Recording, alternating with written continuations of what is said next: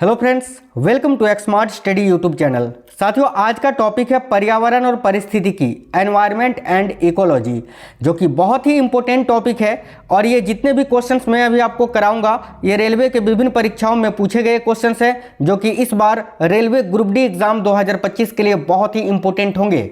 ये most expected plus PYQ series है, जो कि आपको जानना ही चाहिए, देखना ही चाहिए। आपको ये पता चलेगा कि रेलवे कैसे कैसे क्वेश्चंस जो है इस टॉपिक से पहले पूछ चुका है। और यकीन मानिए दोस्तों, ये वीडियो जो मैं आपको अभी करवा रहा हूँ, इस टॉपिक से आपको यही क्वेश्चंस जो है ना दोबारा देखने को मिलेंगे, रिपीट होते हुए देखने को मिलेंगे। तो चलिए बिना देरी किए हुए अपने इस शानदार सेशन की शुरुआत करते हैं, देखते हैं क्वेश्चंस। आपको बता दें, ये जो क्वेश्चंस है ना, मैंने अग्रवाल एग्जाम काट पब्लिकेशन की जो रेलवे वाली बुक है PYQ वाली, उससे लिया है। बहुत ही इंपॉर्टेंट क्वेश्चन है, ध्यान से देखिएगा। देखिए, पहला क्वेश्चन है, छोटे मांसाहारी या द्वितीय उपभोक्ता किस स्तर पर आते हैं? बहुत ही इंपॉर्टेंट क्वेश्चन है ये। पहला क्वेश्चन देख सकते हैं आप। पहला क्वेश्चन है, छोटे मांसाहारी या द्वितीय उपभोक्ता किस स्तर पर आते हैं? तो देखिए, स्तर पूछा है ना, तो तीसरे पोषी स्तर पर आते हैं। देखिए, एक्चुअली छोटे मांसाहारी जो है ना, ये द्वितीय उपभोक्ता होते हैं, जैसा कि यहाँ लिखा हुआ है। और ये कितने पोषी स्तर में आते हैं? तो याद रखना, तीसरे पोषी स्तर में आते हैं। ठीक है, तो यहाँ आपका करेक्ट आंसर हो जाएगा ऑप्शन नंबर बी। देखो, ये क्वेश्चन जो है ना RRB ग्रुप डी एग्जाम 2022 में आपका पूछा गया क्वेश्चन है। इसी प्रकार से जितने भी क्वेश्चंस कराऊंगा अभी, वो सारे क्वेश्चंस रेलवे के पूछे गए क्वेश्चंस है। क्वेश्चन नंबर 2 है, देखिए, एक स्वपोषी पारिस्थितिकी तंत्र से क्या अभिप्राय है? 4 ऑप्शन आपके सामने है। ये भी ग्रुप डी का क्वेश्चन है, अभी 2022 में ही पूछा गया। तो देखिए, एक स्वपोषी पारिस्थितिकी तंत्र से क्या अभिप्राय है? तो option number D correct answer होगा कि कार्बनिक द्रव्य पीढ़ी दर पीढ़ी लगभग स्थिर रहता है। ठीक है, देखिए, स्वपोषी पारिस्थितिकी तंत्र में कार्बनिक द्रव्य जो होते हैं ना, ये पीढ़ी दर पीढ़ी लगभग स्थिर रहता है। स्वपोषी पारिस्थितिकी तंत्र में रासायनिक ऊर्जा का उपयोग कार्बनिक द्रव्य बनाने के लिए किया जाता है, ये आपको याद रखना है। तो ऑप्शन नंबर डी इस क्वेश्चन के लिए आपका बिल्कुल करेक्ट आंसर हो जाएगा। आगे देखते हैं, क्वेश्चन नंबर 3 है, निम्नलिखित में से कौन सा जीव है जो समूह पर्यावरण को स्वच्छ रखने में सहायक होता है? देखो, यहाँ पर आपको क्वेश्चन छोटे छोटे दिख रहे हैं, क्योंकि मैं डायरेक्ट आपको बुक से ही पढ़ा रहा हूँ, इसी बुक से डायरेक्ट आपको पढ़ा रहा हूँ। ठीक है, देखो, इस बुक को अगर आप बाय करना चाहते हैं तो उसका लिंक इस वीडियो के डिस्क्रिप्शन में मैंने दे दिया है, वहां से क्लिक करके डायरेक्टली जो है आप इस बुक को बाय कर सकते हैं। साथियों, इसमें आपको न केवल, देखो, इसमें केवल जीके जीएस ही नहीं, आपको यहाँ पर मैथ्स, रीजनिंग, इसके अलावा जो है जनरल अवेयरनेस, ये जनरल अवेयरनेस में जितना भी आता है, history, geography, polity, environment, static GK, ये सारा सब कुछ आपको इस बुक के अंदर मिल जाएगा। आप लोग इस वीडियो के डिस्क्रिप्शन में जो लिंक है वहां से क्लिक करके डायरेक्ट इसको बाय कर सकते हैं और सब कुछ अपना पढ़ सकते हैं। सारे क्वेश्चंस जो है ना, वो रेलवे के द्वारा पूछे गए क्वेश्चंस इसमें शामिल किए गए हैं। लगभग 3500 MCQ आपको मिल जाएंगे। और ये बुक जो है ना, हैंड टू हैंड आपके पास जो है आपके घर में डिलीवर हो जाएगी। तो आप लोग लिंक भी डिस्क्रिप्शन में जो लिंक है वहां से क्लिक करके इस बुक को आप बाय कर सकते हैं। देखिए, क्वेश्चन नंबर 3 है, निम्नलिखित में से कौन सा जीव समूह पर्यावरण को स्वच्छ रखने में सहायक होता है? तो भाई, इनमें से कौन सा जीव समूह है जो पर्यावरण को स्वच्छ रखने में सहायक होता है? ऑप्शन नंबर ए शैवाल और लाइकेन, बी प्रोटोजोआ और लाइकेन, शैवाल और प्रोटोजोआ, जीवाणु और कवक। तो यहाँ आपका करेक्ट आंसर हो जाएगा ऑप्शन नंबर डी, जीवाणु और कवक। ठीक है, जीवाणु और कवक जो है ना, जीव समूह पर्यावरण को स्वच्छ रखने में सहायक होते हैं, याद रखना। ऑप्शन नंबर डी इस क्वेश्चन का करेक्ट आंसर है। यह भी क्वेश्चन आपका 2022 में पूछा गया क्वेश्चन है।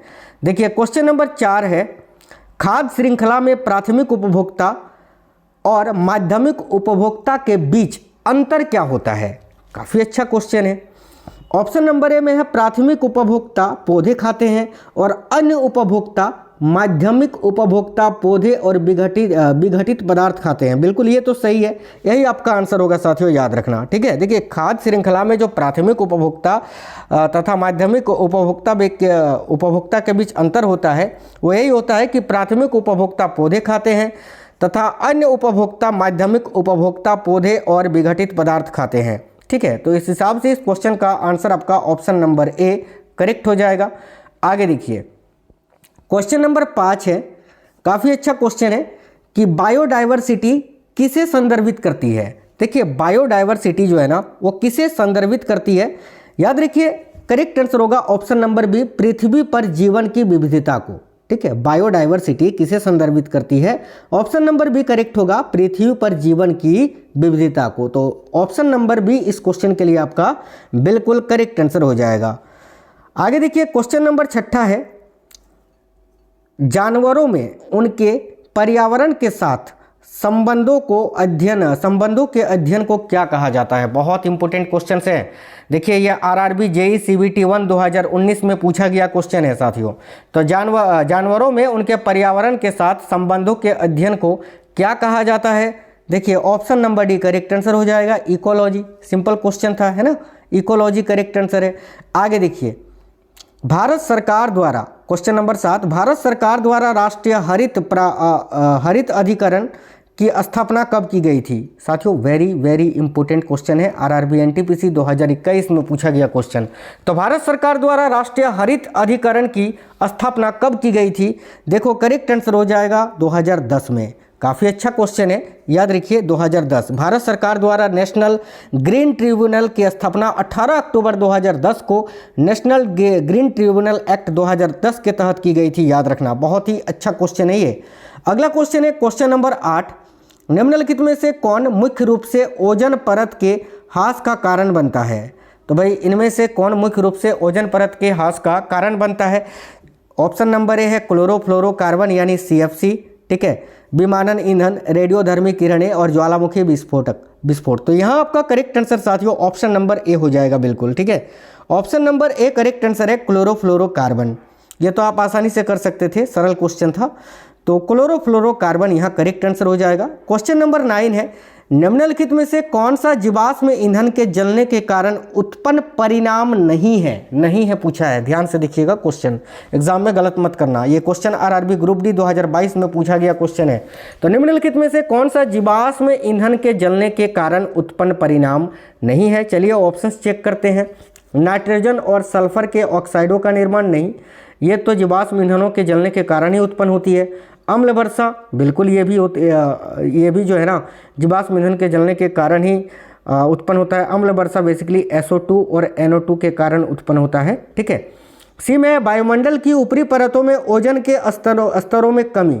जी नहीं, ये जो है ना साथियों इसके लिए CFC जिम्मेदार होता है। इसके लिए जो है ना आपका जीवाश्म ईंधन के जलने का कारण नहीं है। तो यही आपका आंसर हो जाएगा ऑप्शन नंबर सी। बाकी ऑप्शन नंबर डी में है स्मॉग यानी धुआं का बनना, ये तो जीवाश्म ईंधन के जलने के कारण ही उत्पन्न होता है। तो ऑप्शन नंबर सी ही इस क्वेश्चन का करेक्ट आंसर होगा। ठीक है, आगे देख लेते हैं। क्वेश्चन नंबर 10 है, देखिएगा क्वेश्चन नंबर 10 है, तीव्र ग्लोबल, एक सेकंड आपको थोड़ा और जूम कर देते हैं। देखिए जूम करने से ये फट जाता है ना, बुक से आपको डायरेक्ट पढ़ा रहे हैं साथियों, स्कैन किए हुए बुक से। तो देखिए, तीव्र ग्लोबल वार्मिंग की रोकथाम करने के लिए हमें इनमें से किन प्राकृतिक संसाधनों का उपयोग विवेकपूर्ण ढंग से करना चाहिए? काफ़ी अच्छा क्वेश्चन है, ध्यान से देखिएगा। क्वेश्चन नंबर 10 है कि तीव्र ग्लोबल वार्मिंग की रोकथाम करने के लिए हमें इनमें से किन प्राकृतिक संसाधनों का उपयोग विवेकपूर्ण ढंग से करना चाहिए? तो भाई ऑप्शन नंबर ए में है कोयला और जल। जी नहीं, धातु और कोयला नहीं, कोयला और पेट्रोलियम। ऑप्शन नंबर सी इस क्वेश्चन का करेक्ट आंसर होगा। ठीक है, कोयला और पेट्रोलियम जो होता है ये जीवाश्म ईंधन है जो जलने पर ग्रीन हाउस गैसों को उत्सर्जन करते हैं। ठीक है, याद रखना, ग्रीन हाउस गैसें वायुमंडल में गर्मी को संघनित करती है जिससे कि जलवायु परिवर्तन होता है। आप सभी को पता ही है। इसका एक मैंने ट्रिक भी बताया था कि कौन कौन से ग्रीन हाउस गैस है। ओ मीना कल काजल लगा रहा। देखिए, ग्रीन हाउस गैसों में सबसे जो प्रभावदायक गैस होता है वो होता है कार्बन डाइऑक्साइड, ये आप याद रखना। आगे देखिए क्वेश्चन नंबर 11 है कि 1987 यानी 1987 में UNEP यानी यूनाइटेड नेशंस एनवायरनमेंट प्रोग्राम द्वारा किए गए समझौता का मुख्य उद्देश्य क्या था? तो 1987 में UNEP द्वारा जो समझौता किया गया था उसका मुख्य उद्देश्य पूछा है कि क्या था। तो देखिएगा यहाँ ऑप्शन नंबर डी में है कि CFC के उत्पादन को 1986 के स्तर पर स्थिर करना। यही आपका करेक्ट आंसर हो जाएगा। क्वेश्चन नंबर 12 है, गंगा नदी के, देखिए गंगा नदी के कॉलीफॉर्म जीवाणु द्वारा प्रदूषित होने का मुख्य कारण क्या है? तो भाई ध्यान से देखिएगा, यहाँ पर ऑप्शन नंबर सी है कि अनुपचारित सीवेज का इसमें डाला जाना। तो ऑप्शन नंबर सी जो है इस क्वेश्चन का करेक्ट आंसर होगा। गंगा नदी में कॉलीफॉर्म जीवाणु द्वारा प्रदूषित होने का मुख्य कारण क्या है? तो ऑप्शन नंबर सी, अनुपचारित सीवेज का इसमें डालना। ठीक है। क्वेश्चन नंबर 13 है, केंद्रीय प्रदूषण नियंत्रण बोर्ड की स्थापना सरकार द्वारा किस वर्ष की गई थी? वेरी वेरी इंपॉर्टेंट क्वेश्चन है। तो केंद्रीय प्रदूषण बोर्ड की स्थापना जो है ना 1974 में की गई थी, याद रखना। Option number B correct answer हो जाएगा। चलिए आगे देखिए, क्वेश्चन नंबर 14 है कि निम्नलिखित में से किस विकल्प का अर्थ है कि कोहरा जो धुएं से मिलकर प्रदूषित हो गया है? बताइए, इनमें से किस विकल्प का ये अर्थ है कि कोहरा है जो कि धुएं से मिलकर प्रदूषित हो गया है? देखिए, स्कॉग नहीं, प्रदूषक नहीं, क्लॉग नहीं, स्मॉग। स्मॉग करेक्ट आंसर हो जाएगा। ऑप्शन नंबर डी जो है इस क्वेश्चन के लिए आपका बिल्कुल करेक्ट आंसर है। ठीक है साथियों, आगे देखते हैं। नेक्स्ट क्वेश्चन है आपका, देखिए अगला क्वेश्चन है एस्बेस्टस। क्वेश्चन नंबर 15 है, एस्बेस्टस एक खनिज फाइबर है जो हवा या पानी को प्रदूषित कर सकता है और डैश उत्पन्न कर सकता है। तो बताइए, एस्बेस्टस एक खनिज फाइबर है जो हवा या पानी को प्रदूषित कर सकता है और क्या उत्पन्न कर सकता है? भाई इससे क्या क्या उत्पन्न हो सकता है? तो देखो, बहुत ही अच्छा क्वेश्चन है, याद रखिए साथियों। करेक्ट आंसर हो जाएगा ऑप्शन नंबर ए।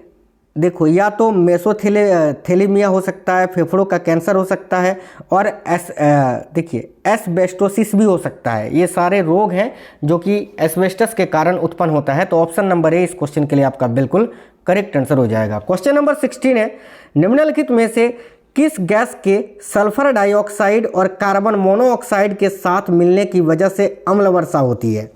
तो देखिए, करेक्ट आंसर हो जाएगा option number C, nitrogen oxide. मैंने अभी आपको बताया था ना कि SO2 और NO2 के कारण अम्ल वर्षा उत्पन्न होती है। तो SO2 तो यहाँ दिया ही हुआ है, यहाँ पर कार्बन मोनोऑक्साइड के साथ मिलने की वजह से अम्ल वर्षा कौन उत्पन्न करता है? तो nitrogen oxide. Option number C correct answer हो जाएगा। क्वेश्चन नंबर 17 है कि झीलों में नाइट्रोजन और फास्फोरस की अत्यधिक मात्रा को क्या कहा जाता है? बहुत इंपॉर्टेंट क्वेश्चन है, याद रखना। झीलों में नाइट्रोजन और फास्फोरस की अत्यधिक मात्रा को सुपोषी कहा जाता है साथियों, सुपोषी। ठीक है, अगर झीलों में नाइट्रोजन और फास्फोरस की अधिक मात्रा है तो उसको सुपोषी कहा जाता है। ऑप्शन नंबर ए करेक्ट है। क्वेश्चन नंबर 18 है कि सूखे पत्तों को जलाने की अनुमति नहीं दी जाती है क्योंकि यह कार्बन डाइऑक्साइड उत्पन्न करता है, जो कि बताइए कौन सा ऑप्शन आपका सही बैठेगा?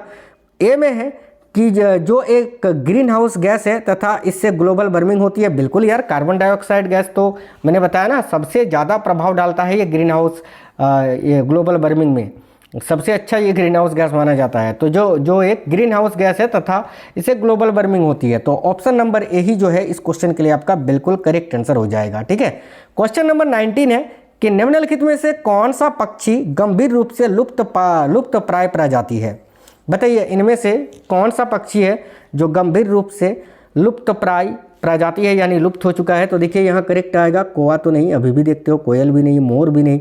Option number C great Indian bustards, है ना, ग्रेट इंडियन बस्टर्ड यहाँ करेक्ट आंसर हो जाएगा आपका ऑप्शन नंबर सी। ये अग्रवाल एग्जाम कार्ड जो कि मैंने आपको बताया उसी का ये बुक है, आप लोग इसको चाहे तो साथियों बाय कर सकते हैं और पढ़ सकते हैं। इसमें केवल आपको जीके जीएससी नहीं बल्कि मैथ और रीजनिंग के वो सारे पीवाईक्यू क्वेश्चन आपको मिल जाएंगे जो रेलवे के अभी प्रीवियस ईयर्स में आपको पूछे गए क्वेश्चन हैं। ठीक है, चलिए आगे देखिए। अगला क्वेश्चन है, भारतीय बाघों की घटती आबादी के संरक्षण के लिए शुरू की गई भारत की सर्वाधिक प्रसिद्ध वन जीव संरक्षण परियोजना प्रोजेक्ट टाइगर को कौन से साल में शुरू किया गया था? वेरी वेरी इंपॉर्टेंट क्वेश्चन है, आंसर होगा 1973 में।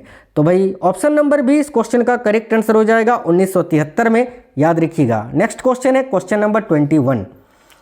क्वेश्चन है कि निम्न में से कौन सा वन संसाधनों के सतत प्रबंधन का कारण हो सकता है? 4 ऑप्शन है, बताइए क्या आंसर हो सकता है भाई? तो देखिए ऑप्शन नंबर सी में लिखा है वनों की वृद्धि दर के आधार पर लकड़ी की उपज को समायोजित करना, यही आपका आंसर होगा ऑप्शन नंबर सी। आगे देखिए क्वेश्चन नंबर 22 है कि पश्चिमी राजस्थान में थार रेगिस्तान की सीमा पर रहने वाले निम्न में से किस समुदाय के लिए वन और वन्य जीवन का संरक्षण एक धार्मिक सिद्धांत रहा है? बताइए। तो देखिएगा साथियों, करेक्ट आंसर हो जाएगा ऑप्शन नंबर बी, बिश्नोई समुदाय के लिए, है ना। पश्चिमी राजस्थान में थार रेगिस्तान की सीमा पर रहने वाले निम्न में से किस समुदाय के लिए वन और वन्य जीवन का संरक्षण एक धार्मिक सिद्धांत रहा है? करेक्ट आएगा बिश्नोई समुदाय के लिए। ठीक है, आगे देखिए अगला क्वेश्चन है आपका, क्योटो प्रोटोकॉल एक अंतर्राष्ट्रीय समझौता है जिसका उद्देश्य निम्न में से किसको कम करना है। आरआरबी एनटीपीसी 2021 में पूछा गया क्वेश्चन है। तो क्योटो प्रोटोकॉल जो है ना, याद रखिएगा ऑप्शन नंबर डी करेक्ट होगा। ग्रीन हाउस गैस उत्सर्जन समझौता है जिसका माफ करना, देखिए क्योटो प्रोटोकॉल एक अंतर्राष्ट्रीय समझौता है जिसका उद्देश्य है ग्रीन हाउस गैस के उत्सर्जन को कम करना। अगर बात करें साथियों ये क्योटो प्रोटोकॉल को, तो इसको जापान में 1997 को अपनाया गया था। ठीक है, और 2005 को जो है ना इसको लागू किया गया था, याद रखना। ठीक है, आगे देखिए अगला क्वेश्चन देख लेते हैं। चलिए नेक्स्ट क्वेश्चन है साथियों, देखिए ध्यान से। अगला क्वेश्चन है क्वेश्चन नंबर 24 की अंतिम, देखिए अंतिम पृथ्वी शिखर सम्मेलन कहाँ आयोजित किया गया था, बताइए। देखिएगा अंतिम पृथ्वी शिखर सम्मेलन रियो डी जेनेरियो में आयोजित किया गया था।